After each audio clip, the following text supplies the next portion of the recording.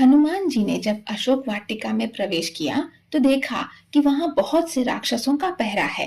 तभी उनकी नजर एक वृक्ष के नीचे बैठी अत्यंत दुखी और उदास स्त्री पर पड़ी जो बहुत विलाप कर रही थी। हनुमान जी ने तुरंत पहचान लिया कि यही माता सीता हैं।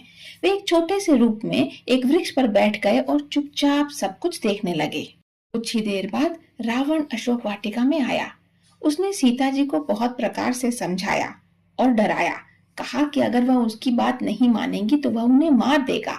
रावण ने सीता जी को अपने महल की रानी बनाने का प्रस्ताव दिया, लेकिन सीता जी ने उसे पूरी तरह से अस्वीकार कर दिया और केवल भगवान राम के बारे में बात की। सीता जी ने एक तिनके को बीच में रखकर रावण से कहा, मैं सिर्फ राम की हूँ, तुम मुझे छुओगे तो तुम्हारा विनाश हो जाएगा। रावण बहुत क्रोधित हुआ और उसने सीता जी को 2 महीने का समय दिया, यह कहते हुए कि वह अगर उसकी बात नहीं मानेंगी तो वह उन्हें मृत्यु दंड दे देगा। रावण के जाने के बाद सभी राक्षसियां सीता जी को भय दिखाने लगी।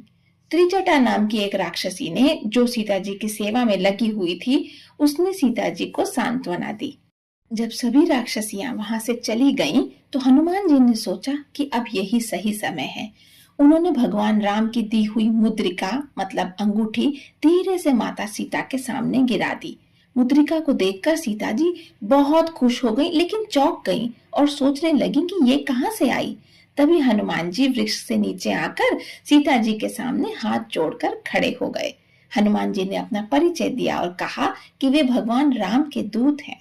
उन्होंने सीता जी को सारी कहानी सुनाई और बताया कि राम जी उन्हें खोजने में लगे हुए हैं। सीता जी हनुमान जी को देखकर बहुत प्रसन्न हुई।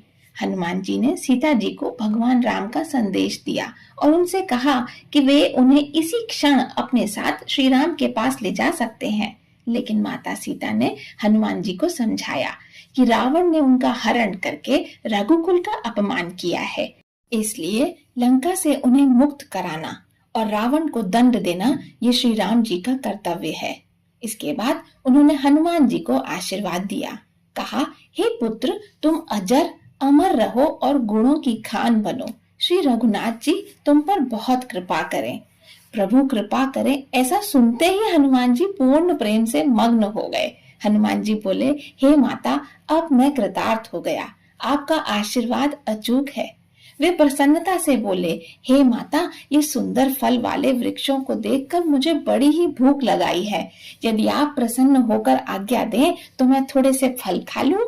सीता जी की आज्ञा मिलते ही हनुमान जी ने अशोक वाटिका के फलों को खाना शुरू कर दिया। इसके बाद जो भी हुआ वो